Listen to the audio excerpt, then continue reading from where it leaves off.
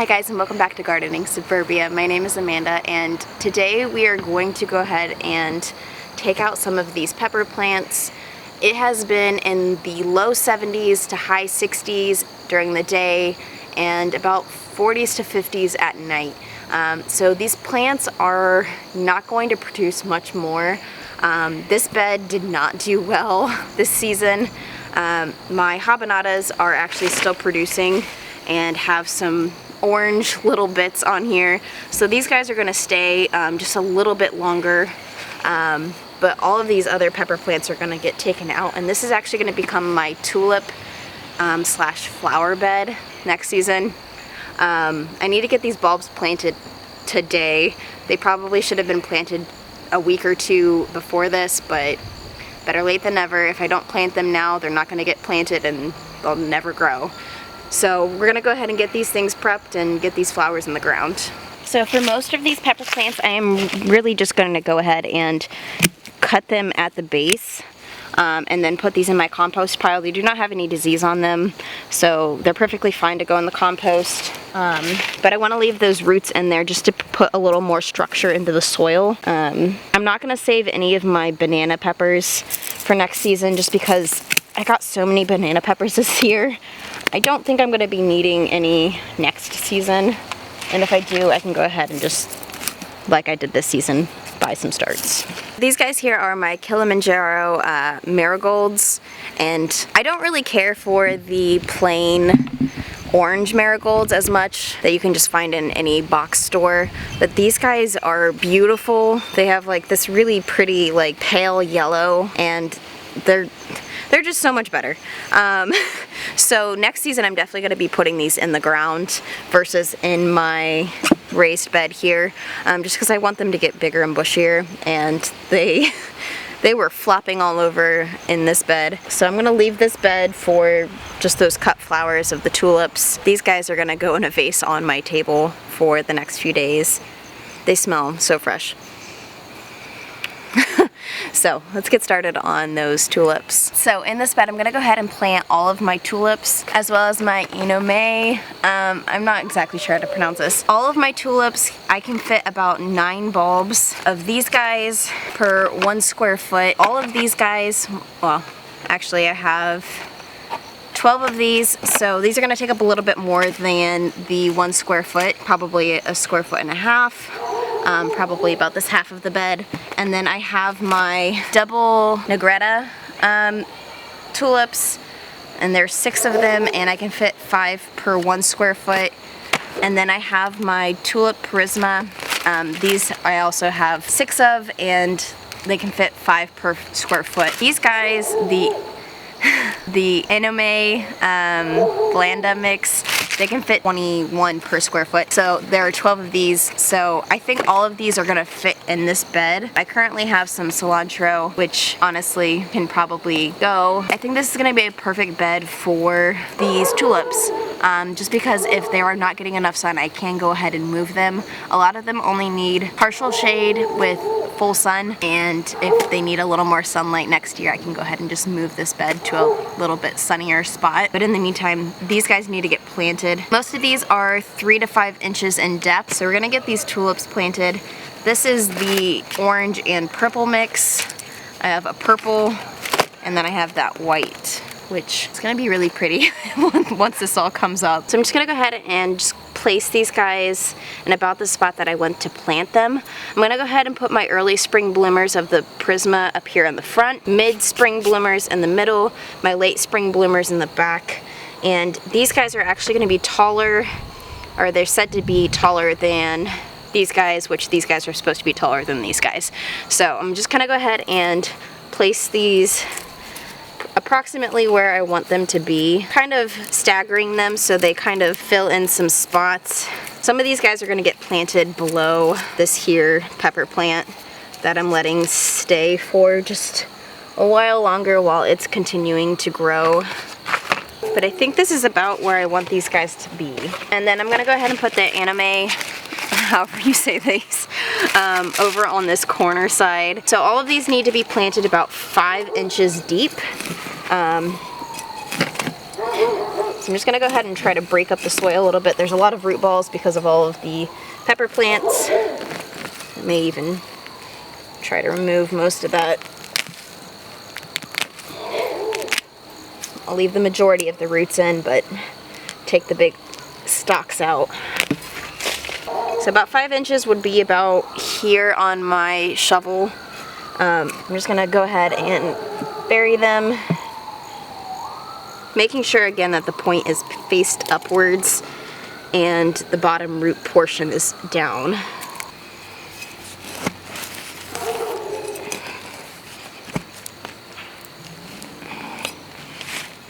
So all of the tulips have been planted. I'm gonna go ahead and, sadly I lost these guys off, get these guys planted. I'll be honest, this is the craziest looking seed I've ever seen. If I didn't know any better, I would just think it was a clump of dirt. So I'm gonna go ahead and get these planted. They only need to be about 2 to 3 inches deep. I'm not really sure what side to plant up. It kind of looks like maybe this is some kind of root system right there. Maybe right there. Guess I'll just use my best guess. So 2 to 3 inches deep, and they need to be about 2 to 3 inches from each other. So this is gonna be a good spot for all of these guys, and I think it will be a really pretty bloom once they do come up. So I'm just gonna kind of break up the soil just a little bit, and I will need to go ahead and water this in quite well, just because this bed is so dry. I do not water it regularly just because it had my peppers in it, and peppers prefer nice dry soil. Get better peppers that way. So I think this is loose enough to go ahead and just plop these guys in.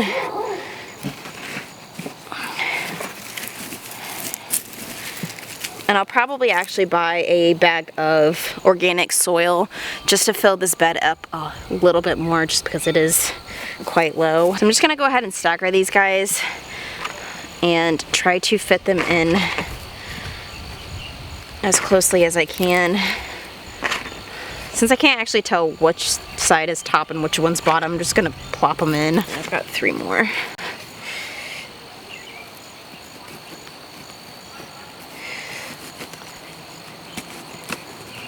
So all of these guys are planted. I'm gonna go ahead and water this in real well, and then we are all finished with this bed for some spring flowers.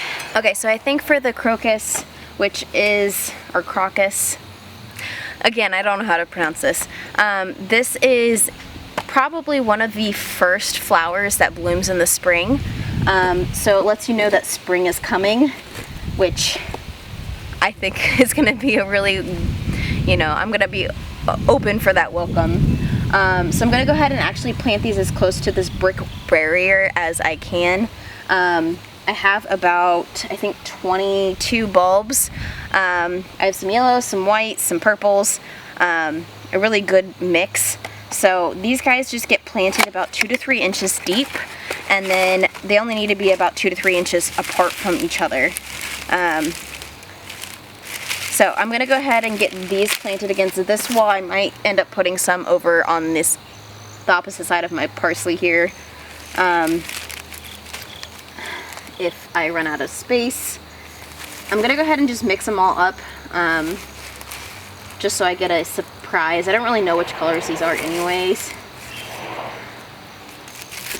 These bulbs kind of look like little coconuts. They have like this weird, like, papery outside to them.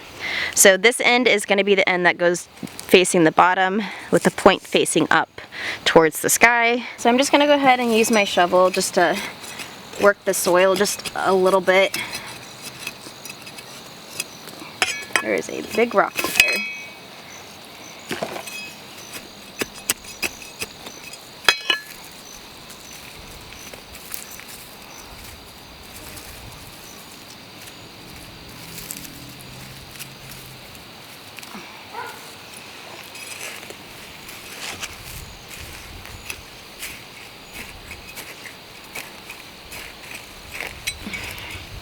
And I might even just put 2 lines of this in this one area. Let's just kind of put these out.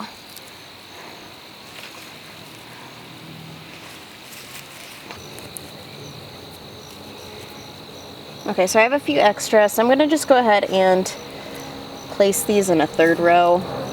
I think I want to keep them all pretty much together. And I think this will be a nice little pop of color for spring. So I'm just going to go ahead and put them in the ground. Might have to.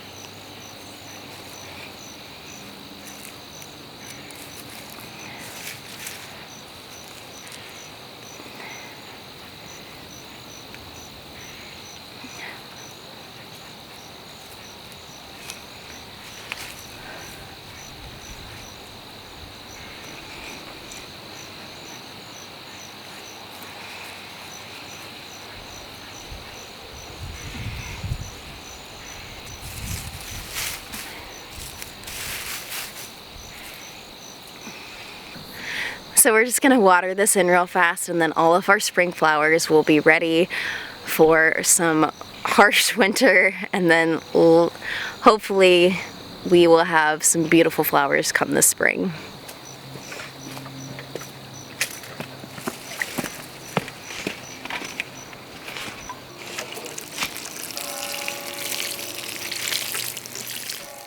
So I have a little onion update for you guys. So these are the onions that we, these are the onions that we started together. So we have the Alyssa Craig right here, and then we have the Utah Yellow. I also had some other onions, same varieties, just started back in February instead of when we started them together. These ones are a little further along. Some of them did die because I just didn't get to them during the gardening season until now. I went ahead and I separated out the Utah Yellow ones. So these guys are a lot further along than the ones that we started together, but that's okay. I'm gonna go ahead and plant them all the same. I am going to actually put them in my determinate tomato bed that we had. I think this is going to be a great spot. It doesn't get as much sunlight as the bed on the opposite side of this trellis here, but I think it's going to be a good place. So we're going to go ahead and get these planted. I'm going to go ahead and make sure that I keep them separated. So I'm going to keep my Alyssa Craig together and my Utah Yellow together, and make sure that I put it in my brain which ones are which, because the Utah Yellow actually are a long shelf life onion, while the Alyssa Craig are a short shelf life. So these ones will need to be used and processed a whole lot faster than these Utah Yellow will. So I don't know how much of my camera got before it died. So I'm basically placing these 4 to 6 inches apart from one another, giving them enough room so that they can go ahead and bulb up, and then just digging a little hole for them to go in, and then kind of just swirling the roots in, making sure that they're completely covered,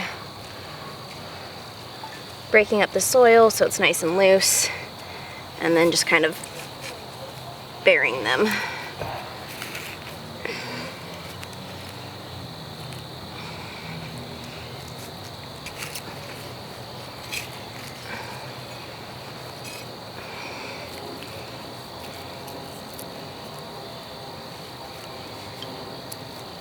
Okay, so right now I am just working all of the onions that we started together apart. It's best to do this when the soil is dry, because then it makes it really easy to just kind of tease these onions out. Onions, much like tomatoes, have really resilient, thick roots. So pulling them apart, if you're doing it very gently, really won't hurt or shock the plant. So as you can see, we've got onions with some beautiful roots. These are all gonna get planted hopefully here tonight before we lose sunlight. I may have to toss some of the weaker ones just because I don't think that I'm gonna have quite enough space for all of these, which is perfectly fine. I may try to find some spots elsewhere to put these guys, but let's go ahead and get these guys in the ground. Okay, so as you guys can see, I went ahead and I placed this wooden stake here to divide the two.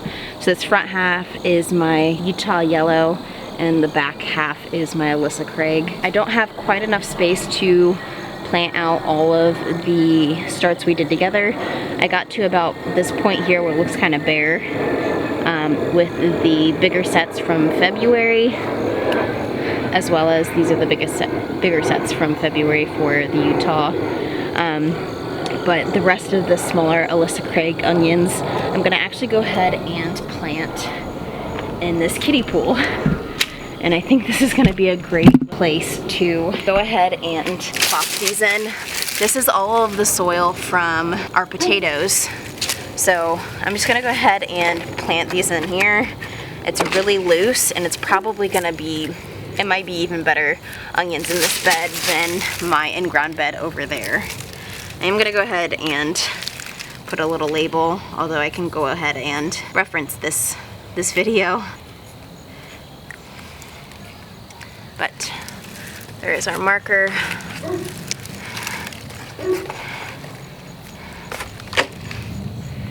And I was kind of experimenting with planting 2 onions next to each other as well as 3, and then just singles, just to see what it looks like and see if that matters as much. See, like this one I'm gonna go ahead and do 2. Make sure all the roots are buried, and then just loosely backfill on it.